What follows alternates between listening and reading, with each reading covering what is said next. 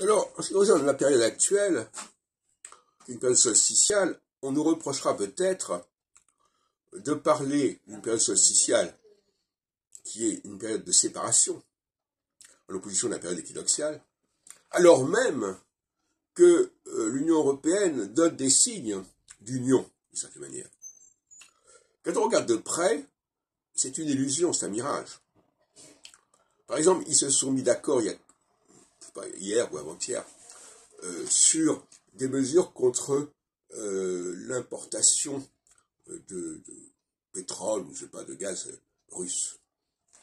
Mais en réalité, ils se sont unis pour se séparer, pour couper la dépendance par rapport à la Russie. En réalité, c'est ça la véritable motivation. Là, on a une volonté de séparation qui implique de se mettre d'accord pour se séparer de cette. Donc ça, c'est déjà une première chose. Et inversement, on peut dire aussi que les phases équinoxiales de rapprochement produisent souvent des séparations.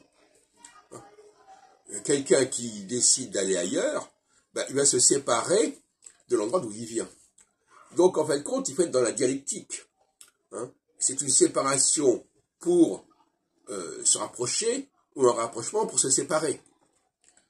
Donc, il ne faudrait pas qu'on nous fasse un mauvais procès à ce sujet. Il faut prendre conscience des paradoxes qui relèvent toujours d'une analyse que l'on peut faire.